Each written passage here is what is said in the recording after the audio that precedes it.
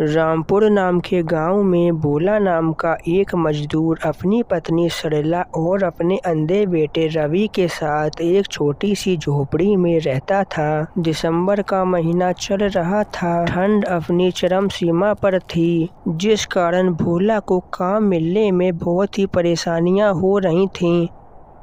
अरे माँ, रात को सोते समय बहुत ठंड लगती है, पिताजी से कहकर रजाई या कंबल मंगवा दो ना। तेरे बाप की कमाई तो इतनी भी नहीं है कि पेट में 2 वक्त की रोटी जा सके, तो कंबल और रजाई कहाँ से आएगी बेटा? तो ऐसे तड़प तड़प कर सर्दियाँ कटेगी माँ। तू चिंता ना कर, मैं फटे पुराने कंबल और रजाई को दोबारा से सिलकर बिल्कुल नया जैसा बना दूंगी। ये सुनकर रवि रोने लगा। अरे क्या हुआ रवि, तू रोने क्यों लगा बेटा? अगर मैं अंधा ना होता तो आपकी सहायता जरूर करवाता। तू ना कर मेरी मदद बेटे। डॉक्टर ने कहा है कि ऑपरेशन से तेरी आंखें ठीक हो जाएंगी। जब तेरी आंखें ठीक हो जाएंगी तो तू मेरे साथ काम करना। उधर भयंकर सर्दी और कोहरे के कारण भोला को कोई भी काम नहीं मिलता, तो वो ठंड की मार से बचकर अपने घर आ जाता है। आ गए आप, देखो ठंड से कैसे कांप रहे हो। ठंड से कांपना तो गरीब की मजबूरी है सरला। कुछ मजदूरी लगी क्या? घर में राशन भी खत्म होने को है। ठंड और कोहरे के कारण खेती का सारा काम तो बंद ही हो गया है। बाकी और काम ढूंढने की कोशिश करी किंतु नहीं मिला। तभी रवि वहाँ पर आ जाता है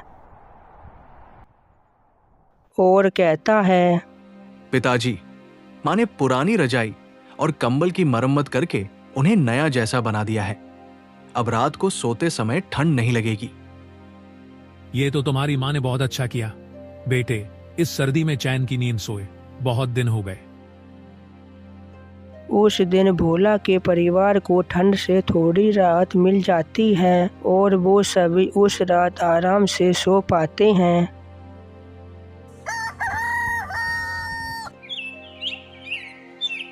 सुबह होने पर भोला फटी पुरानी सी टी-शर्ट पहनकर काम ढूंढने के लिए जाने लगता है, तो सरला की आंखों में आंसू आ जाते हैं और वो रोते हुए कहती है, पता नहीं भगवान ने सारा दुख दर्द हम गरीबों को ही क्यों दिया है। मौसम भी बनाए तो वो भी गरीब की हालत खराब करने के लिए। दुखी मत हो सरला, भगवान पर भरोसा रखो, भगवान सब सही करेंगे। भगवान पर तो भरोसा है ही। अगर भगवान पर भरोसा ना होता तो हम कब के इस ठंड में मर चुके होते हैं। अच्छा ठीक है, अब मैं चलता हूँ, तुम अपना और रवि का ध्यान रखना। इतना कहकर भोला काम ढूंढने के लिए निकल जाता है, परंतु सड़क पूरी तरह से कोहरे से ढकी हुई थी, जिस कारण भोला को कुछ भी साफ साफ नहीं दिखाई दे रहा था। इस साल तो सच में ठंड ने कई सालों का रिकॉर्ड तोड़ दिया है। बड़ी कड़ाके की ठंड पड़ रही है। कोहरा तो इतना है कि साफ साफ दिखाई भी नहीं दे रहा। कल भी मुझे कोई काम नहीं मिला था। अगर ऐसे ही ठंड रहेगी तो मुझे आज भी कोई काम नहीं मिलेगा। क्या करूं, कहां जाऊं? सड़क पर तो कोई दिखाई भी नहीं दे रहा जो मुझे कोई काम दे दे। अब मेरे पास एक ही रास्ता है कि मैं अब सरपंच जी के घर जाता। जरूर वही मुझे कोई ना कोई काम दे ही देंगे। ऐसा सोचकर भोला ठंड से कांपते हुए सीधे जमींदार के घर की ओर निकल जाता है। अरे भोला, तू मेरे घर क्यों आया है, और वो भी एक फटी सी शर्ट पहनकर? ये गर्मियों के कपड़े हैं और दिसंबर का महीना चल रहा है। इन कपड़ों में तो तू बीमार पड़ जाएगा। सरपंच जी, आपकी बात बिल्कुल सही है, लेकिन हम गरीबों के पास तो 2 वक्त की रोटी खाने के पैसे तो है नहीं, तो हम गर्म कपड़े कहां से खरीदेंगे? मेरे परिवार ने कल से कुछ भी नहीं खाया है। तो इसमें मैं क्या कर सकता हूँ? तू मेरे पास क्यों आया है? सरपंच जी, मैं आपके पास काम मांगने के लिए आया हूँ। अगर आपके पास कोई काम हो तो मुझे दे दो, गरीब का भला हो जाएगा। अरे गरीब, तू अपनी हालत तो देख। इन फटे और पुराने कपड़ों में तू काम कैसे करेगा? अगर मेरे यहाँ काम करते हुए तू मर गया तो पुलिस मुझे ही पकड़ कर ले जाएगी। चल भाग जा यहाँ से, मैं तुझे कोई भी काम नहीं दूंगा। चल भाग जा यहाँ से। फिर भोला घुटनों के बल बैठते हुए सरपंच से कहता है, सरपंच जी, कृपया करके आप ऐसा मत बोलिए। आप तो हम गरीबों का आखिरी सहारा। मैं कल भी पूरे दिन भटकता रहा लेकिन कोई काम नहीं मिला। सरपंच जी, अगर आप मुझे काम नहीं दोगे तो मेरा परिवार भूखा मर जाएगा। मैंने क्या तेरा और तेरे परिवार का ठेका ले रखा है? वो मरे या जिए मुझे उससे क्या मतलब। अब चुपचाप तू यहाँ से निकल जा, नहीं तो तुझे लात मार कर तेरे को यहाँ से भगा दूंगा। सरपंच की ऐसी कड़वी बात सुनकर भोला वहां से चला जाता है। हे भगवान, अब मैं क्या करूं? सरपंच जी ने भी मुझे काम देने से मना कर दिया है। अब मुझे कुछ समझ नहीं आ रहा कि अब मैं क्या करूं, कहां जाऊं। अब आप ही मुझे कोई सहायता करो, नहीं तो मेरा परिवार भूखा मर जाएगा। प्रभु जी, रास्ता दिखाओ। भोला ये सब सोचते हुए जा ही रहा था, लेकिन तभी उसकी नजर सामने खड़ी हुई भीड़ पर पड़ती है। तो भोला वहाँ खड़े एक आदमी से पूछता है, अरे ये सब लाइन में क्यों खड़े हैं भाई? वो शिवशंकर सेठ है ना, वो गरीबों को भोजन और कंबल बांट रहे हैं। जाओ, जाकर तुम भी ले लो। ये सुनकर भोला के शरीर में मानो नई जान सी आ जाती है। वो झट से लाइन में खड़ा हो जाता है और शिव शंकर सेठ से गरम कंबल और खाने का टिफिन लेकर वो खुशी से झूम उठता है। भगवान आपका भला करे। सेठ जी, अपने गरीब की मदद की। आखिरकार भगवान ने मेरी सुन ही ली। अब घर जाऊंगा तो सरला और रवि बहुत खुश होंगे और आज हम पेट भर के खाना भी खा पाएंगे। भगवान जी, आपका धन्यवाद जो आपने मेरी सुन ली। ऐसा सोचकर वो अपने घर की ओर जाने लगता है। थोड़ा आगे जाने के बाद उसकी नज़र एक गरीब भिखारिन बुढ़िया पर पड़ती है और वो बुढ़िया भोला को देखकर भोला से कहती है, अरे बेटा, क्या तुम मेरी मदद कर सकते हो? क्या दादी माँ? बताइए, अगर मुझसे होगा तो मैं आपकी मदद जरूर करूंगा। बेटा, मेरा इस दुनिया में कोई भी नहीं है। गर्मियों के समय तो जैसे तैसे भीख मांग कर दो वक्त की रोटी खा लेती थी, लेकिन इस ठंड ने तो जीना ही हराम कर रखा है। मेरे पास रहने के लिए कोई भी घर नहीं है। मैं रात को फुटपाथ पर सोती हूँ तो मुझे बहुत ठंड लगती है। तो क्या तुम मुझे कंबल दे सकते हो? मुझसे ज्यादा जरूरत तो इस कंबल की इन बूढ़ी माँ को है। मेरा क्या, मैं तो जैसे तैसे रह लूंगा, लेकिन ये बेचारी लाचार है। एक काम करता हूँ, ये कंबल मैं इन्हीं को दे देता हूँ। फिर भोला अपना कंबल उस बुढ़िया को दे देता है। अरे बेटा, क्या तुम मुझे खाना भी दे सकते हो? मैंने पिछले 2 दिन से कुछ भी नहीं खाया। जब गरीब ही गरीब का दुख नहीं समझेगा तो कौन समझेगा? ये लो, आप खाना भी ले लो और पेट भरकर खाना खाओ। बेटा, तुम्हारा कल्याण हो, तुम्हारा भला हो। भगवान तुम्हारा भला करें। तुमने आज एक भिखारी को खाना नहीं खिलाया बल्कि उसकी जान बचाई है। मेरा आशीर्वाद तुम्हारे साथ है। फिर भोला वहाँ से खाली हाथ ही अपने घर चला जाता है। अरे क्या हुआ? क्या आपको आज भी कोई काम नहीं मिला? फिर भोला सारी बात सरला को बता देता है। आपने बहुत अच्छा किया। वैसे भी हमसे ज्यादा जरूरत तो उस कंबल और खाने की उन बूढ़ी माँ को थी। आज रात हम लोग पानी पीकर ही सो जाएंगे।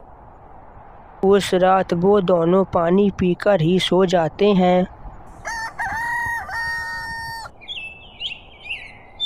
अगले दिन फिर से भोला काम की तलाश में कई जगह जाता है, परंतु उसे कहीं पर भी काम नहीं मिलता। एक तरफ सर्दी, दूसरी तरफ चिंता। भोला को समझ नहीं आ रहा था कि वो आखिर करे तो करे क्या। अगर आज भी खाली हाथ घर गया तो सबको भूखा सोना पड़ेगा। हे भगवान, कुछ तो सहायता करो। भोला ये सब सोच ही रहा था, तभी वहाँ पर हीरा लाल नाम का एक सेठ आ जाता है। सुनो भाई, एक काम है, करोगे क्या? जी सेठ जी, जो भी काम है करूँगा। मेरे स्विमिंग पूल की साफ सफाई करनी है। देख लो, कर पाओ तो पूरे 2000 रुपए दूंगा। 2000 रुपए मैं जरूर करूँगा सेठ जी, मैं जरूर काम करूँगा। भोला तुरंत सेठ के साथ चला जाता है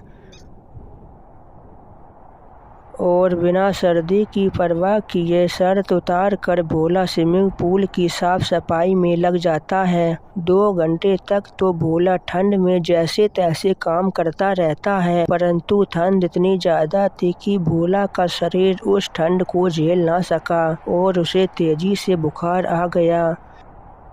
सेठ जी, मुझे तो 30 बुखार चढ़ गया है, अब मुझसे काम नहीं हो पाएगा।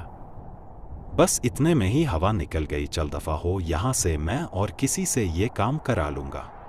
किंतु मेरी आधी दिन की मजदूरी तो मेरे को दे दो सेठ जी। काम करेगा तो रुपए दूंगा, ना तो फूटी कोड़ी ना दूंगा। चल दफा हो यहाँ से। गरीब को सताया है, देखना इसकी सजा भगवान तुझे जरूर देगा।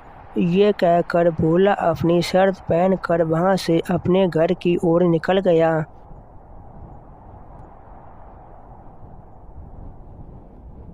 घर पहुंचा तो उसकी पत्नी ने उसकी ऐसी हालत देखकर भोला से पूछा, आपको तो बहुत तेज बुखार है, आपकी ऐसी हालत कैसे हुई? भोला दुखी होकर सारी बातें बता देता है। पता नहीं इन अमीरों को गरीबों पर अत्याचार करने में क्या मजा मिलता है। गरीब की जान जोखिम में डाल दी और इलाज के लिए भी 2 रुपए हाथ पर ना रखे। भोला को रात भर बुखार रहता है और सुबह होने पर उसकी पत्नी उसे अस्पताल लेकर चली जाती है, परंतु दुर्भाग्य से हीरालाल नाम का वही सेठ वहां पर आ जाता है। तुम यहाँ क्यों आए हो? भाई जी, इन्हें बहुत तेज बुखार है, भगवान के लिए इन्हें दवा दे दीजिए।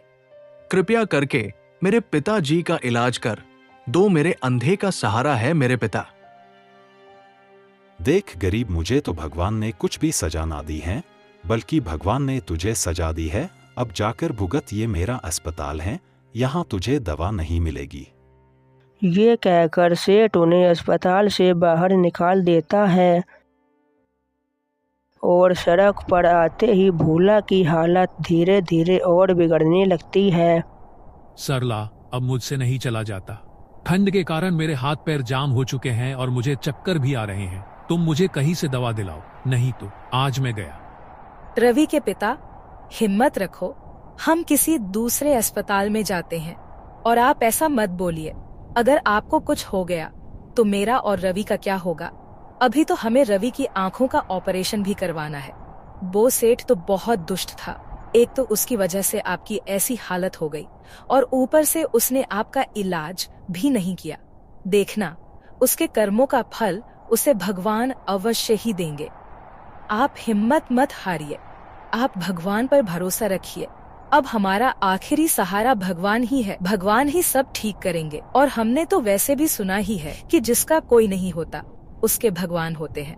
अब देखना, भगवान हमको कोई ना कोई रास्ता अवश्य ही दिखाएंगे। सरला ये भूल ही रही थी, तभी वहाँ से एक व्यक्ति जा रहा था तो वो उनकी बातें सुनकर रुक जाता है। तो वो सरला से कहता है, अरे आप लोग कौन हैं और कहाँ से आए हैं? मैं पीछे खड़े होकर आपकी सारी बातें सुन रहा था।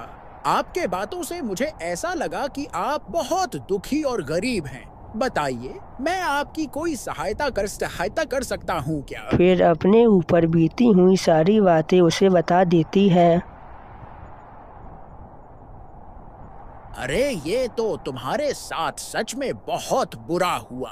मुझे तुम्हारी बातें सुनकर बहुत बुरा लग रहा है, लेकिन अब तुम चिंता मत करो, मैं तुम्हारी सहायता करूँगा। चलो तुम मेरे साथ, मैं तुम्हें अच्छे से अस्पताल में लेकर चलता हूँ और तुम्हारा अच्छे से इलाज करवाऊंगा। और हाँ बेटा, रवि, तुम्हारी आँखों का ऑपरेशन भी होना है तो मैं तुम्हारे आँखों का ऑपरेशन भी करवा दूंगा। अब कुछ ही दिनों में तुम भी इस दुनिया को देख पाओगे। और हाँ भाई भोला, तुम पैसों की चिंता मत करना। तुम्हारा और तुम्हारे बेटे रवि के इलाज में जितना भी पैसा लगेगा वो सारा का सारा पैसा मैं दूंगा। और हाँ, अब से तुम्हें कोई काम ढूंढने की जरूरत नहीं पड़ेगी, क्योंकि मेरे बहुत सारे खेत पड़े हुए हैं जिस पर मैं एक ईमानदार मजदूर ढूंढ रहा था। लेकिन अब तुम मिल गए हो तो अब तुम ही मेरे खेत पर काम करना, और तुम जब तक चाहो तब तक मेरे खेत पर काम कर सकते हो। मैं तुम्हें कभी भी काम से नहीं निकाल लूंगा और तुम्हें अच्छी खासी कीमत भी दूंगा। चलो भाई, अब बहुत बात कर ली, चलो अस्पताल चलो तुम मेरे साथ। फिर धनीराम भोला को अच्छे से अस्पताल में ले जाता है और उसका इलाज करवा देता है और उसके बेटे की आंख का ऑपरेशन भी करवा देता है। और रवि को एक नया जीवन प्रदान करता है। आपका बहुत बहुत धन्यवाद सेठ जी, जो आपने हम गरीबों की इतनी सहायता करी। आपकी वजह से मेरे बेटे की आंखों का ऑपरेशन हो पाया है। आपका बहुत बहुत धन्यवाद सेठ जी, मैं आपका ये उपकार कभी नहीं भूल पाऊंगा।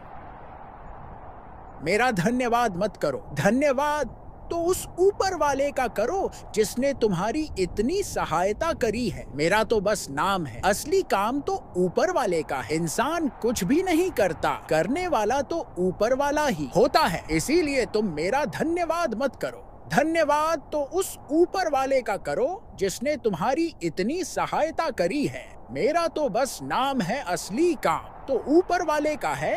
इंसान कुछ भी नहीं करता। और हाँ, आज से तुम मेरे खेतों पर खेती करने के लिए आ जाना और मेरे घर से रजाई गद्दा भी ले जाओ, क्योंकि ठंड बहुत ज्यादा है। फिर धनी राम भोला को अपने खेतों पर हमेशा हमेशा के लिए काम पर रख लेता है, जिस कारण उनकी आर्थिक स्थिति धीरे धीरे ठीक होने लगती है। राम राम।